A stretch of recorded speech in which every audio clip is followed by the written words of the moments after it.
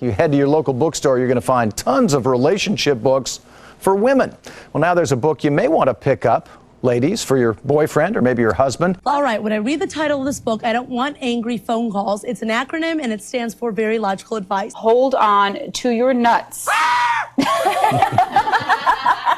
That's the title of a new relationship manual for men. Keep your hands on the table. We've got the author, Wayne Levine, to tell us what N.U.T.s stands for in this context. Are you with me still? We're with you. Yeah. Okay, I'm sorry.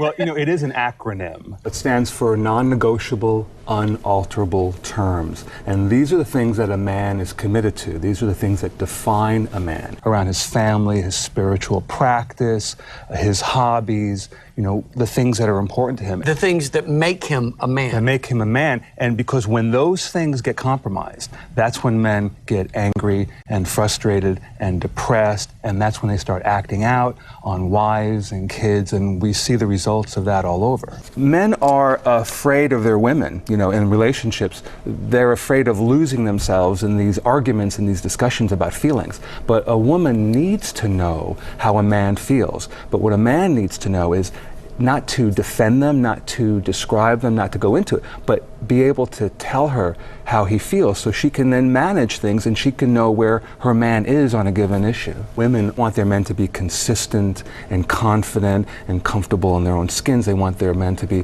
good, compassionate, attentive husbands, because when a man has a firm grasp of his nuts, he's not going to argue about the silly things like chores and where to go to dinner and things like that. Women need to be romanced to feel the intimacy. Men need to have sex to feel the intimacy. So it seems like, you know, a catch-22, but the reality is when we do our jobs and romancing and protecting and cherishing you and doing what you need, now you're going to give us a sign, and then it's our job, once you give us a sign, to do a really good job. We try to teach men to stop stomping their feet through Grow life. up a little bit. Grow up a little bit. And that's what we get from other men.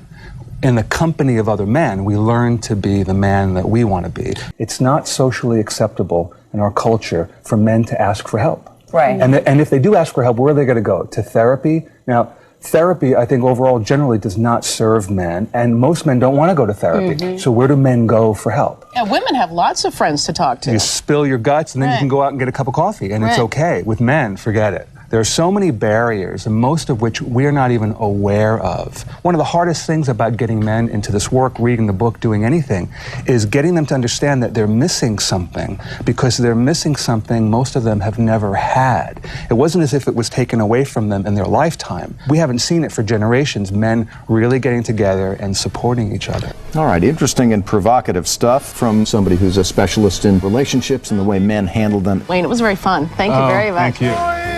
Love a kid.